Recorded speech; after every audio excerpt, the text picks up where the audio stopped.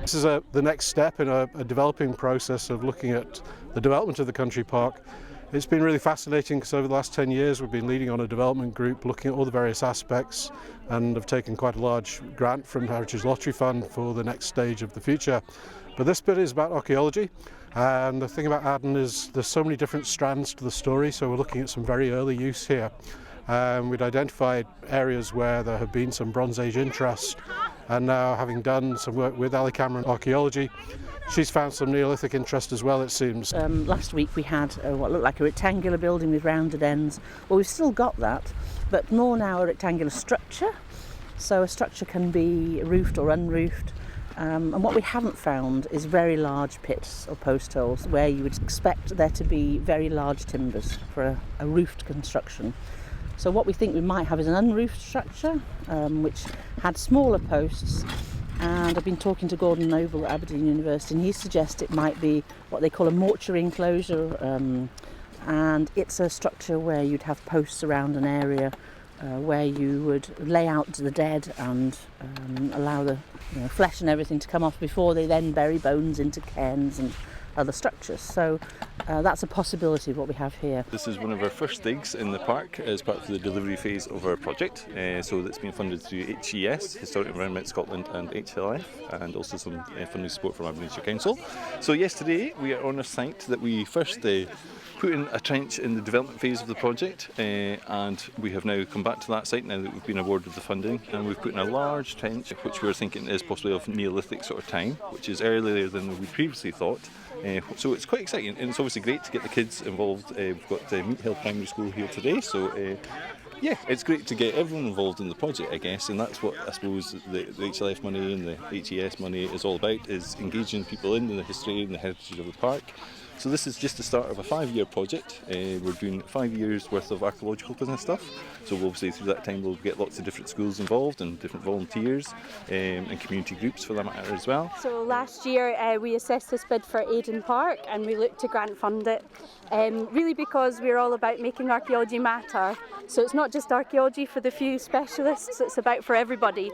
And really we feel that Aden Park epitomises that for us.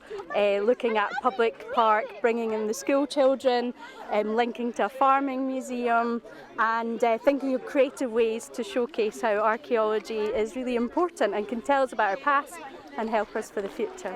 One of the things we're looking to do is, as part of Scotland's archaeology strategy, is over the next 10 years, is encourage people in learning.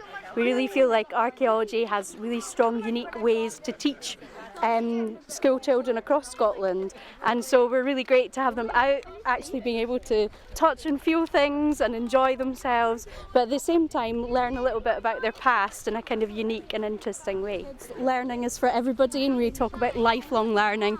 That's where you can go out, learn skills. Sometimes it's just for your own enjoyment, but sometimes it's actually to take you back into employability, and that's what we do across Scotland, funding these different types of programmes. So in those kind of cases we're looking to encourage people to think about skills passports and ways to learn new skills that they can take on into their other parts of their life. For the future, what we're hoping to see is that more people come into Aden Park, but people that maybe have never thought about entering a park are also thinking about their archaeology more widely.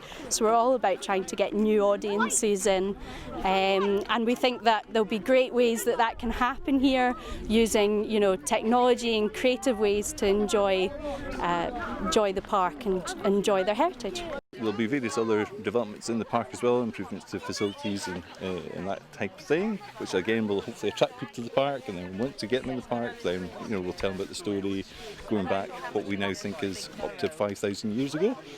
So it's really all about the land use over the ages and bringing it up into the current day and getting people to know about that and understanding and learning from that.